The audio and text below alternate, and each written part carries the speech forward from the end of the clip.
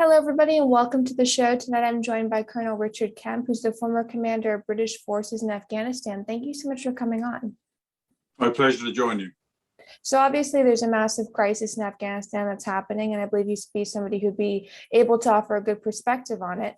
So just to start off, there is a widespread surprise that the Taliban was able to take control of Afghanistan so fast. The Biden administration has made it clear they did not expect the Afghanistan army to fall to the Taliban. So just to start off, why do you think that has happened? Why was the Afghan military surrendering so early on? Why was there so little fighting for a military that had been armed for 20 years and trained?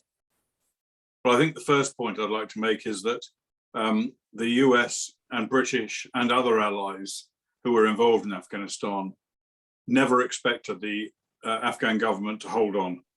They didn't expect immediate collapse, but they did expect, and I think predicted, initially collapse about 9 months after we withdrew, and that then shortened to about maybe 3 months, i.e. towards the end of this year.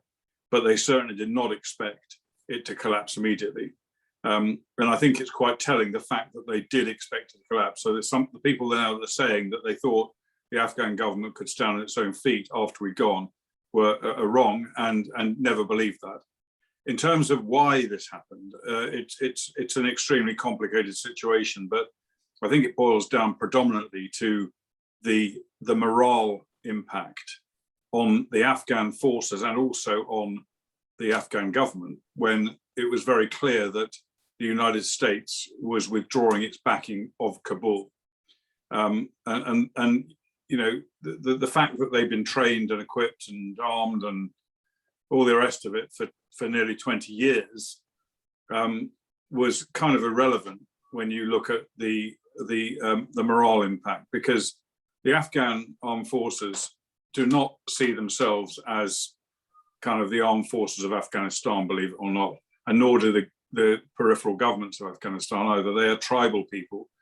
They have allegiance to their tribes, they have allegiance to their ethnic groups, so the regions, but not really in many cases, and perhaps most cases, to any concept of a state of Afghanistan. So their loyalty was really commanded by the fact that they had the US behind them, and that ultimately the US was the final backstop. So when the US pulled the rug out from under their feet, they in many cases melted away. Some cases went over the other side, some cases were killed, but there wasn't much fighting went on. They didn't feel they could fight on because that final backstop of America was no longer with them. Right. And that disintegrated their morale. And morale is the single most important factor in any conflict, and is here as well, particularly when you've got a people that don't really have an allegiance to the government in Kabul. In addition to that, and kind of making it all worse, was the fact that the Kabul government was deeply corrupt, and they knew it. Right. It often didn't pay the forces, it didn't look after them, and again, why would they fight for that? And finally, really, of secondary importance, the US withdrew its air power, withdrew the logistic support and the technical support. The Afghan forces had been trained to operate and fight with extremely complex and sophisticated equipment. When that equipment, like helicopters and much of the other equipment they had, could no longer be serviced, well, it was pointless. It would fly a few missions, that would be the end of it. So all of those things combined, I think, led to the collapse of the Afghan army, really, without fighting. And over the last 20 years, was the Taliban preparing for an eventuality of troop withdrawal? Were they still recruiting and building out their ranks? Because it does seem that they're remarkably well prepared to gain control of Afghanistan, and so far to maintain control of it. Well, as I said, there wasn't really any fighting, or there was some fighting, but not much. I think they were quite clever strategically, in as much as they effectively focused the effort on taking the north part of the country first, or very early on, given that it was the north that had resisted them pretty much throughout their entire previous rule. So once they'd kind of established control of most of the north, that was, the rest of it fell much more easily. So yeah, they were well prepared. They were supported, equipped, armed, funded by Pakistan predominantly. Without that funding from Pakistan, they would not have been able to do what they did over 20 years and in the last few weeks. They were also supported, funded by China, by Russia, by Iran, to different extents. And now all of those countries that I mentioned, particularly China and Pakistan, will have the strongest influence, I think, in Afghanistan today. And were there signs that the Taliban was gaining power over the last 6 months? Because there seems to be an intel failure, at least that's how it's being said in the US, and nobody knew this was happening. Do you think that there would have been signs on the ground for American intelligence and British ones that the Taliban was gaining power and preparing to move in? Well, yes, the Taliban were, for many years now, have been capturing more and more areas of Afghanistan. And before the Kabul government fell, I think the Taliban, weeks before, and they've made very significant progress in recent months, but they were in control of about 50% of the ground area of the country, very significant, and had achieved that in as I say, in the preceding few months. And I don't think anyone mistook their strength and mistook the gains they'd made. I don't think anyone was under any illusion about that. But what they were under illusion about was the fact that they would be able so quickly to take over the rest of the country. And that was down to the fact they didn't so much take it over as the Afghan government gave it up, if you know what I mean. Yes. And since the Taliban took over, we've seen their spokespeople out there speaking to media. We've seen press conferences. There seems to be an effort to give the impression the Taliban has changed or moderated itself out a little bit. Do you believe that's happened? Because that seems to be one of the main efforts they're pushing, at least to Western media, that they have evolved on some level. I think the Taliban have changed in two ways. And the first of those ways is that they are far more outwardly focused. Before 2001, they were focused only on Afghanistan. They weren't interested really in the rest of the world. They weren't interested in conducting jihad against Western countries or other countries in the region, just Afghanistan.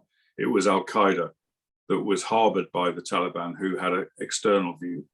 Now, after 20 years of fighting the West, with many new younger members of the Taliban, some of whom have been in Guantanamo Bay, they are now far more focused on external jihad and therefore will pose a direct threat to us themselves. And the second way in which they've changed is, as you kind of alluded to, they've become far more media savvy. They know what the West wants to hear. Yeah. And I think the main reason they were saying that was to ensure that Western leaders weren't given reason to have second thoughts about pulling out. So it was quite a strong message they were giving out in the final days we were there, so that we would be sure to get out. Now, I don't think any Western government would have had second thoughts anyway, but the Taliban maybe didn't know that or just wanted to make sure. I don't have any expectation that the Taliban will adhere to any of their kind of promises to the media. I think they're the same old Taliban in most respects. They will not let women out of their houses without being covered head to foot, without their male guardian with them. They will, they will prevent women from working in most jobs. They will prevent people from listening to music. They will arrest people at will, torture them, kill them, whip them in the streets, amputate arms and legs or feet and hands for transgressions of Sharia law, all of the same things as they were doing before. And they will allow other terrorist groups to operate within Afghanistan. And we've heard here that one of the reasons that the Taliban may not be as brutal as it was in the past is that they're incapable of getting along with other groups like ISIS-K, that's why Afghanistan will not become a new hub to terrorism. Do you believe that's true? Or could you see Afghanistan becoming a new hub for terrorism and for terrorist groups to learn and thrive? I don't believe that's true at all. It's a convenient narrative that's being put out on both sides of the Atlantic, that somehow we are fighting the Islamic State Khorasan in Afghanistan alongside the Taliban. It's not true. Sometimes they work together, as do they with Al-Qaeda. Sometimes they fight and kill each other. They don't have the kind of loyalties perhaps and coherence that we have in the West so much. They will simply act according to what they think is their requirements at the time, in accordance with their priorities, and they don't care. They don't care really who they're fighting with or against, as long as it achieves what they want. And the thing that's often forgotten about now, not mentioned very often, is Al Qaeda. Mm-hmm. And we're approaching the anniversary of 9/11. Of course, it was not a good thing for the West, particularly the US, to acknowledge that Al Qaeda remains very strong in Afghanistan as we approach the anniversary of 9/11. But they are strong, and they've been fighting alongside the Taliban in many of the fights that the Taliban have been fighting. And I find it almost laughable when President Trump says that the Taliban have given their assurance that they will not allow terrorists to operate in Afghanistan. Well, the Taliban are terrorists. They're the same thing as Al Qaeda. They just wear different cap badges and have some different thing, but they have the same ideology, the same doctrine, the same objectives in many ways. So yeah, Afghanistan will again become a hub for terrorism. And because of that, you mentioned that a lot of the Taliban fighters are younger now. There's a new generation of them. What are their goals, do you think, internationally? Because like you said previously, it was about controlling and maintaining Afghanistan. And now there seems to be this international interest for them. Well, I think their goals are the same as the Al Qaeda and the Islamic State, which is to bring about a global caliphate, which has long been the declared goal of Al Qaeda and the Islamic State, and that's what they will work towards. I suspect they will have the same kind of belief or thinking as Al Qaeda, which was that they were not going to achieve an Islamic caliphate around the world, but they would be merely an instrument in working towards it, and they would work towards it by killing as many people as they can, by causing Muslims and non-Muslims to fight against each other, by creating divide effectively, and by bringing down and damaging governments around the world, both politically and economically. That's Al Qaeda's principal agenda, not with any view that they will become the caliphate themselves. That's for subsequent generations. So I think that's probably going to be Taliban's one of their objectives. But I think they will first of all want to make sure they can properly govern Afghanistan according to their laws and their doctrines. So they will be focusing more on that. But that doesn't preclude the possibility of external activities outside Afghanistan. In fact, we now have in the world two terrorist states, two jihadist terrorist states. One is Iran, which was effectively created in its current form in 1979 by a revolution. And secondly, that's a Shia Islamic State, of course. And secondly, the Sunni Islamic terror state of Afghanistan, which was created this year in what effectively was a seizure of power over Afghanistan. And we know that there's quite a bit of anger from different Western countries about how the US has handled this. I've seen newspapers over the last couple of weeks from Britain about saying joke Biden on it, very unhappy with how Biden has handled this. Has there been damage to the US and UK's military relationship there? And if so, can it be repaired within a reasonable amount of time? There has been damage to that relationship, I believe. We've seen some very outspoken comments by British politicians about America. We've seen some recriminations against Britain from America. And I think actually a lot of the comments we're hearing from within the British government, either directly or leaked, is attempts to deflect the blame from themselves onto the Americans. So, because of course Britain has its own share of blame for what's happened here, but they don't want to shoulder that because of course it's politically damaging. So they want to make sure the damage goes to the Americans. And they, for example, they have, Prime Minister Johnson over here, he claims to have tried to persuade President Biden to extend the period of the evacuation beyond the 31st of August. And that makes him look good, of course. That makes him look as if he cares about the people in Afghanistan. I'm not saying he doesn't care about them, but it makes it so it kind of publicly shows that he does. But he would have said that, he would have attempted to do that knowing that the answer would be no from President Biden. But it does have the effect of making Britain look like kind of, we're the good guys here, the Americans are, the bad guys, which just isn't really true. That we're both actually in this context bad guys, I believe. And so, yes, there is damage to our relationship between the UK and US. And I think that needs to be repaired as quickly as possible because it is extraordinarily important in the world today. more important probably for Britain than for America, but nevertheless valuable to both countries. And the same is true of NATO. NATO has suffered enormously as a result of this. Its credibility is gone, as has American and British credibility overall. But NATO has shown itself to be nothing other than really window dressing for US power, because NATO couldn't muster up any support whatsoever within that alliance to remain in Afghanistan after America had left. A huge amount of military capability in all those countries combined, but they couldn't do it, and therefore, that shows what NATO is. And I think it's extremely important that the damage that's been done to our relationship, US-UK, and also the damage that's done to NATO is repaired rapidly, as rapidly as it can be, and it will take a long time, because we now confront, as well as global jihad, which has been strengthened by this, we confront Russia and China in a stronger way than and they confront us in a stronger way than we've ever seen before. And this is right now the wrong time for our Western alliances to be shattered.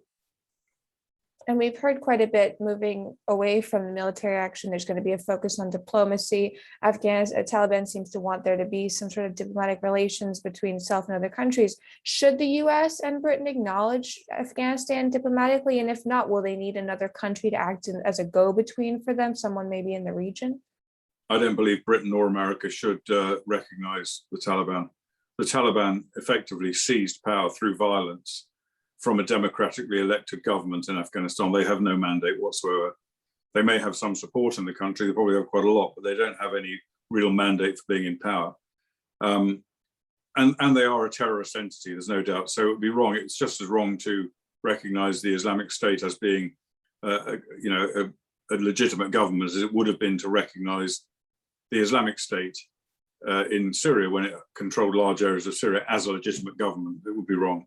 And it would give legitimacy to even more than has been achieved by the Taliban victory. It would give great legitimacy to insurgent and jihadist groups around the world. What will happen now? And we talk of influence and support from the West. We've basically given up any hope of influence over anything that happens in Afghanistan now by pulling out. The influence in Afghanistan now will be from China, who will pillage Afghanistan for its resources, will provide a lot of funding and investment in the country, will use it for its own benefit, in other words, for its, to form part of its Belt and Road Initiative, and to consolidate its very strong relationship with Pakistan. And also they will make use of it. China will make use of Afghanistan as a way of getting at the West as best they can. Russia, likewise, although not as strong, obviously, as China. And also Iran. Iran will have some influence. Iran has a good relationship with the Taliban. It's on and off, like the relationship between the Taliban and the Islamic State or Al-Qaeda. But they will have influence. And Pakistan, of course, will have huge influence, being totally responsible for what's happened with the Taliban. And how will China and Russia benefit, other than a diminished US and being more of a dominant power on the world stage? Because we've seen here a lot of media, at least conservative media, worried about especially the power that Russia will gain in terms of military equipment that they may be able to buy from the Taliban, or influence they may be able to gain by becoming a country that works with the Taliban. I think Russia will gain a certain amount. Russia obviously is also very concerned about the potential insurgencies in its peripheral states adjoining Afghanistan, and will want to try and clamp down on that using the Taliban, or at least not to allow the Taliban to make it worse. So they will want to use that influence to that extent. They will also no doubt be looking for some minerals as well, but they'll be second behind the Chinese. And they will, Russia's primary policy, I think, is to get at the United States, to undermine the United States, and they will use their influence in Afghanistan to do that. China, likewise, but China's got a lot more to gain and a lot more to give in Afghanistan. But I think both of those countries will make, in their enduring struggle against the West, they will make use of their presence in Afghanistan. Afghanistan is such a strategically vital country, you know, at the joining point of so many different strategic, you know, things like Pakistan, India, Iran, etc., and all these different countries, they kind of converge on Afghanistan, which makes it historically a very strategically important part of the world. And now that this has happened, that there's been a complete withdrawal now of allied forces, what is the global security or risk threat? I remember being in high school and seeing the ISIS videos. There was a very big level of fear over terrorism, especially for people traveling internationally. So what does that global security risk and threat level look like following troop withdrawal and many Afghan refugees, some of which may not be vetted going into the West? Well, I think the global jihad, which is a real thing, which maybe our leaders don't fully understand the consequence. When President Trump talks about us being involved in a civil war in Afghanistan, it wasn't that. It was far wider than that. It was a central part of the global jihad against the West and against what the jihadists consider to be apostate countries in the Muslim world as well. But that will be hugely strengthened by this, and we will see different jihadist groups around the world who are also trying, you know, whether it's in Africa or the Middle East, wherever they're trying to take power, they will be hugely emboldened by this. Jihadists everywhere, including in this country, in the US as well, will be energized by what's happened. They will gain a lot of financial backing, a lot more financial backing because of this. They will gain recruits because of it. And I think the threat from those groups will be enormous against the West, probably greater than they've been since the inspiration of the Islamic State when they were at their height. Jihadists will flock into Afghanistan where they will train, plan, prepare, and then launch attacks against the West, or attempt to. Of course, our security forces will do everything they can to stop that, but they will nevertheless try and do it. And in terms of jihadists being among the refugees that come out of Afghanistan, there will certainly be many among those numbers. We've seen it every time we've had refugees coming up from countries dominated or at least influenced by jihad. We've seen jihadists coming into our country, and in some cases we've seen them attack people here. And I think we have to be extremely careful to try and vet them before they come in, but that's incredibly difficult, as you. So yeah, I mean, in overall terms, I think we're in a very, very dangerous position from international jihad, probably the most dangerous since before 9/11. And just to sort of close us out, Biden has repeated over and over again, he did not want to pass this conflict on to another US president, that he wanted to end the war. Do you believe that the war is over now, that the conflict, that the issues that we went into Afghanistan to correct, that we've been policing in Afghanistan, have they been resolved, like Biden has been saying, simply because there's no more troop presence there? Absolutely not. Biden leaving, what he means is he's left the war. He doesn't mean say the war is ended. He means that the US have left the war, and they've left it in a very bad state. They certainly haven't achieved the objectives they went in for. They did over the 20-year period leading up to now. The US and other Western forces prevented terrorist attacks from occurring outside Afghanistan, which was their primary mission in Afghanistan. It wasn't about human rights. It wasn't about building democracies. It wasn't about turning Afghanistan into Texas. It was purely and simply to prevent terrorist attacks from Afghanistan. Of course, all those things I've just mentioned were very good byproducts of that. Don't get me wrong, they were important. But that was not the purpose. The purpose was prevent terrorism, and it was achieved for 20 years. Now it won't be. And so the war is not over. And as I mentioned, this is not just about Afghanistan. It's much wider than Afghanistan.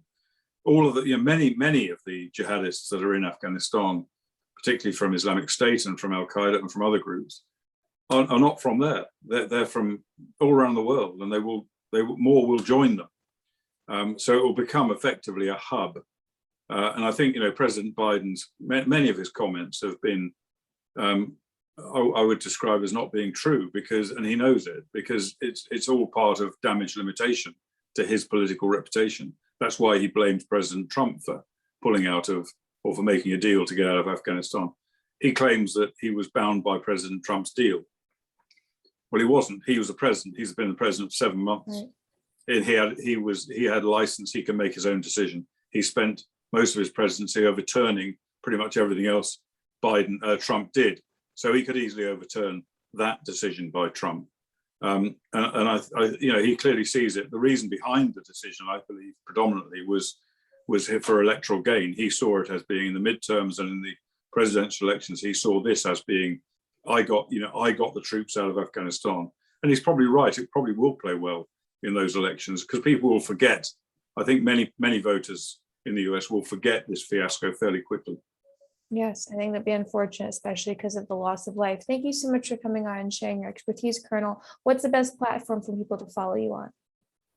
Well, I'm on Twitter at COL Richard Kemp. I'm also on Facebook and on Instagram. So you can catch up with me on any of those things if you're bored. Perfect. And we'll link all that below. Thank you so much for coming on. Thank you very much. A pleasure to be with you.